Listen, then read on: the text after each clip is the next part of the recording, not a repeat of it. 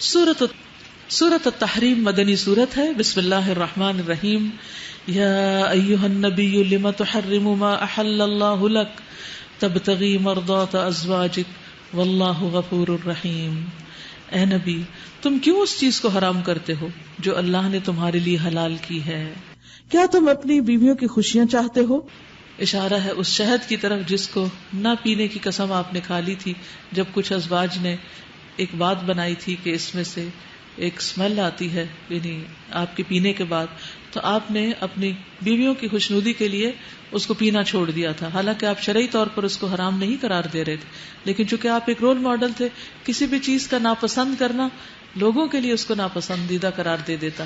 اب جیسے آپ کو کدو پسند تھے تو بہت سے لوگوں سے میں نے کہتے ہوئے سنا کہ جب سے مجھے یہ پتا چلا کہ نبی صلی اللہ علیہ وسلم کو کدو پسند ہے تو میں نے بھی کھانے شروع کر دی.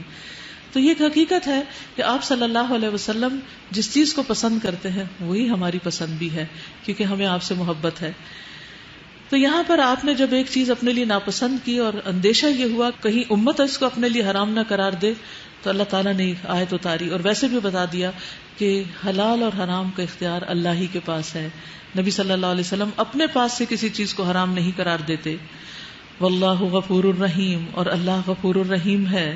اللہ نے تم لوگوں کے لیے اپنی قسمت کی پابندی سے نکلنے کا طریقہ مقرر کر دیا ہے، کیونکہ آپ نے قسم کھا لی تھی کہ میں آئندہ شہد نہیں پیوں گا. اللہ تمہارا مولا ہے اور وہی علیم و حکیم ہے، اس لیے اس نے طریقہ بتا دیا کہ قسم توڑ کر کفارہ دے دو. کیا ہے کفارہ؟ 3 روزے، 10 مسکینوں کا کھانا یا کپڑا. اور یہ معاملہ بھی قابل توجہ ہے کہ نبی صلی اللہ علیہ وسلم نے ایک بات اپنی ایک بیوی سے راز میں کہی تھی. چونکہ یہ راز تھا اس لیے نہیں بتاؤں گی. پھر جب اس بیوی نے کسی پر وہ راز ظاہر کر دیا تو اللہ نے نبی کو اس افشاء راز کی اطلاع دے دی. تو نبی صلی اللہ علیہ وسلم نے اس پر کسی حد تک اس بیوی کو خبردار کیا اور کسی حد تک اس سے درگزر کیا. پھر جب نبی صلی اللہ علیہ وسلم نے اسے افشاء راز کی یہ بات بتائی تو اس نے پوچھا آپ کو کس نے خبر دی؟ نبی صلی اللہ علیہ وسلم نے فرمایا مجھے اس نے خبر دی جو سب کچھ جانتا اور خوب باخبر ہے. ان تتوبا الی اللہ فقد صغت قلوبکما، اگر تم دونوں اللہ سے توبہ کرتی ہو تو یہ تمہارے لیے بہتر ہے، کیونکہ تمہارے دل سیدھی راہ سے ہٹ گئے ہیں. ازواج مطہرات کی بات ہو رہی ہے. تو بعض اوقات انسان کوئی ایسی بات کر لیتا ہے، کوئی ایسا مشورہ دے دیتا ہے، کوئی ایسی رائے دے دیتا ہے کہ انسان کا دل پھر جاتا ہے. دل کو ہر وقت واچ کرتے رہا کرے کہ کہیں وہ اللہ کی محبت سے خالی تو نہیں ہو رہا، کہ کوئی ڈرین تو نہیں بن گیا اس میں، یا کوئی اور چیز تو نہیں اس کو اوور پاور کر رہی. اور پھر اللہ سے دعائیں کیا کرے اور استغفار پڑھا کرے. اگر تم دونوں اللہ سے توبہ کرتی ہو تو یہ تمہارے لیے بہتر ہے، کیونکہ تمہارے دل سیدھی راہ سے ہٹ گئے ہیں. اور اگر نبی کے مقابلے میں تم نے باہم جتھا بندی کی تو جان رکھو کہ اللہ اس کا مولا ہے. اس کے بعد جبریل اور تمام صالح اہل ایمان اور سب ملائکہ اس کے ساتھی اور مددگار ہیں. بعید نہیں کہ اگر نبی تم سب بیویوں کو طلاق دے دے تو اللہ اسے ایسی بیویاں تمہارے بدلے میں عطا فرمائے جو تم سے بہتر ہوں. اچھی مومن عورتوں کی صفات دیکھ لیجئے: سچی مسلمان، با ایمان، اطاعت گزار، توبہ گزار، عبادت گزار، روزہ دار، خواہ شوہر دیدہ ہو یا باکرہ، اس سے کوئی فرق نہیں پڑتا. اصل انسان کی نیکی اور تقوی ہے. یا ایھا الذین آمنوا قوا انفسکم واہلیکم نارا، اے لوگو جو ایمان لائے ہو اپنے آپ کو اور اپنے گھر والوں کو آگ سے بچاؤ، اس آگ سے جس کا ایندھن انسان اور پتھر ہوں گے. گندھک کے پتھر اللہ نے اس دن تیار کیے، یہ پتھر جس دن زمین آسمان کو پیدا کیا تھا، جب سے یہ پتھر ہیں، اور وہ جلائے جائیں گے انسانوں کو جلانے کے لیے. جس پر نہایت تند خو اور سخت گیر فرشتے مقرر ہوں گے جو کبھی اللہ کے حکم کی نافرمانی نہیں کرتے اور جو حکم بھی انہیں دیا جاتا ہے اسے بجا لاتے ہیں.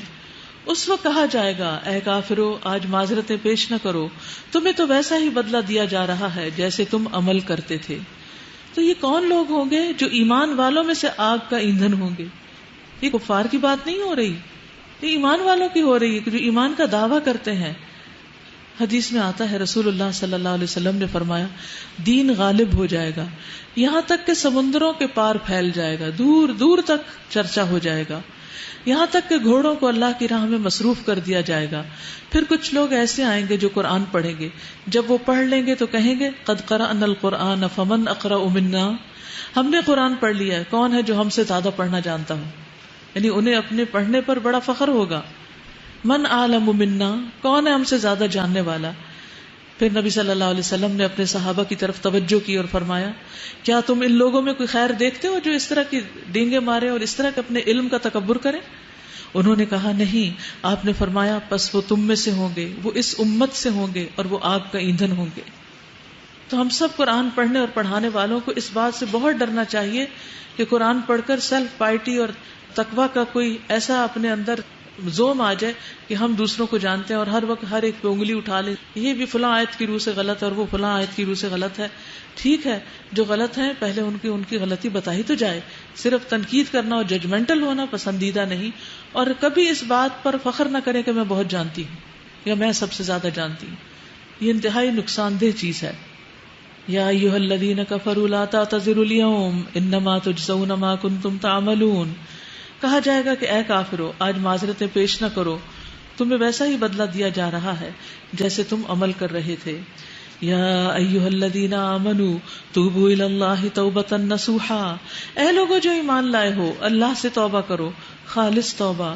بعید نہیں کہ اللہ تمہاری برائیاں تم سے دور کر دے اور تمہیں ایسی جنتوں میں داخل فرما دے جن کے نیچے نہریں بہہ رہی ہوں گی.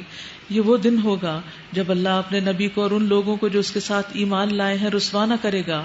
ان کا نور ان کے آگے آگے اور ان کے دائیں جانب دوڑ رہا ہوگا، اور وہ کہہ رہے ہوں گے اے ہمارے رب، ہمارا نور ہمارے لیے مکمل کر دے اور ہم سے درگزر فرما، تو ہر چیز پر قدرت رکھتا ہے. جہاں ایک طرف کچھ لوگوں کی معذرتیں قبول نہ ہوں گی، وہاں دوسری طرف لوگوں کو ان کے اچھے اعمال کا بدلہ دیا جائے گا. یہ کون لوگ ہوں گے؟ یہ وہ لوگ ہوں گے جن کا ایمان خالص ہوگا. اور یہ بات کہاں کہی جائے گی؟ پل صراط پر. انبیاء و صالحین جب رب سلم سلم کہہ رہے ہوں گے تو اس وقت ان کو نور دیا جائے گا اور اپنے انجام تک پہنچا دیا جائے گا. اے نبی صلی اللہ علیہ وسلم، کفار اور منافقین سے جہاد کرو اور ان کے ساتھ سختی سے پیش آؤ. آپ صلی اللہ علیہ وسلم کو حکم دیا جا رہا ہے براہ راست. آپ نے منافقین سے کوئی تلوار والا جہاد نہیں کیا تھا، صرف علم کے ساتھ ہی کیا تھا، سکھانے کے ساتھ ہی کیا تھا. ان کا ٹھکانہ جہنم ہے اور وہ بہت برا ٹھکانہ ہے. اللہ کافروں کے معاملے میں نوح علیہ السلام اور لوط علیہ السلام کی بیویوں کو بطور مثال پیش کرتا ہے. وہ ہمارے 2 صالح بندوں کی زوجیت میں تھی، مگر انہوں نے اپنے شوہروں سے خیانت کی اور وہ اللہ کے مقابلے میں ان کے کچھ بھی کام نہ آ سکے. دونوں سے کہہ دیا گیا جاؤ آگ میں جانے والوں کے ساتھ تم بھی چلی جاؤ. خواتین کی بات کی جا رہی ہے جن کے شوہر نبی تھے، بہت نیک تھے. تو اس سے یہ پتہ چلتا ہے کہ شوہر کا دین بیوی کا کام نہیں آئے گا، بیوی کو اپنے لیے خود ہی اچھا کرنا ہوگا. اور اہل ایمان کے معاملے میں اللہ فرعون کی بیوی کی مثال پیش کرتا ہے جبکہ اس نے دعا کی رب ابن لی عندک بیتا فی الجنہ، اے میرے رب میرے لیے اپنے ہاں جنت میں ایک گھر بنا دے. ونجنی من فرعون وعملہ ونجنی من القوم الظالمین، اور مجھے فرعون اور اس کے عمل سے بچا لے اور ظالم قوم سے مجھ کو نجات دے. اور عمران کی بیٹی مریم کی مثال دیتا ہے جس نے اپنی شرمگاہ کی حفاظت کی تھی، پھر ہم نے اس کے اندر اپنی طرف سے روح پھونک دی اور اس نے اپنے رب کے ارشادات اور اس کی کتابوں کی تصدیق کی اور وہ اطاعت گزار لوگوں میں سے تھی. حضرت آسیہ علیہ السلام بے پناہ صبر کرنے والی خاتون تھی. ابو ہریرہ کہتے ہیں کہ فرعون نے اپنی بیوی کے دونوں ہاتھوں اور دونوں پاؤں میں 4 کیلیں ٹھونکی تھی. تو فرعونی ان کے پاس ہی ہوتے تھے، تڑپتا دیکھتے تھے لیکن رحم نہیں کرتے تھے. تو جب وہ ہٹتے تو فرشتے سایہ کر لیتے ان پر. تو اس وقت اس نیک بیوی نے کہا رب ابن لی عندک بیتا فی الجنہ. تو اللہ تعالیٰ نے جنت میں ان کے گھر سے پردہ ہٹا کر انہیں وہ گھر دکھا دیا، انہیں بتا دیا کہ ان کے صبر کا بدلہ کیا ہے. اور یہاں مریم بنت عمران کو دنیا کی بہترین عورت قرار دیا گیا ہے. کیا خوبی تھی اس میں؟ 2 خوبیوں کا ذکر ہو رہا ہے یہاں. ایک اپنی شرمگاہ کی حفاظت، کوئی زنا نہیں کیا، کوئی حرام کام نہیں کیا، عزت و عصمت کی حفاظت. اور کسی بھی لڑکی کے لیے یہ بہت ہی قیمتی چیز ہے. اور دوسرے پڑھی لکھی تھی، صدقت بکلمات ربہا وکتبہ، اپنے رب کے کلمات اور کتابوں کی تصدیق کی. تو تصدیق کب کرتے ہیں؟ کنفرم کسی چیز کو کب کرتے ہیں؟ جب اس کے بارے میں جان لیتے ہیں، نو ہاؤ ہوتی ہے.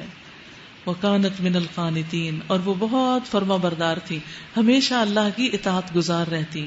اللہ تعالی ہمیں بھی ایسے نیک لوگوں میں شامل کر دے جو اللہ تعالیٰ کے اطاعت گزار اور فرما بردار ہیں. وآخر دعوانا ان الحمد للہ رب العالمین. سبحانک اللہم و بحمدک، اشہد ان لا الہ الا انت، استغفرک و اتوب الیک۔ السلام علیکم و رحمۃ اللہ وبرکاتہ۔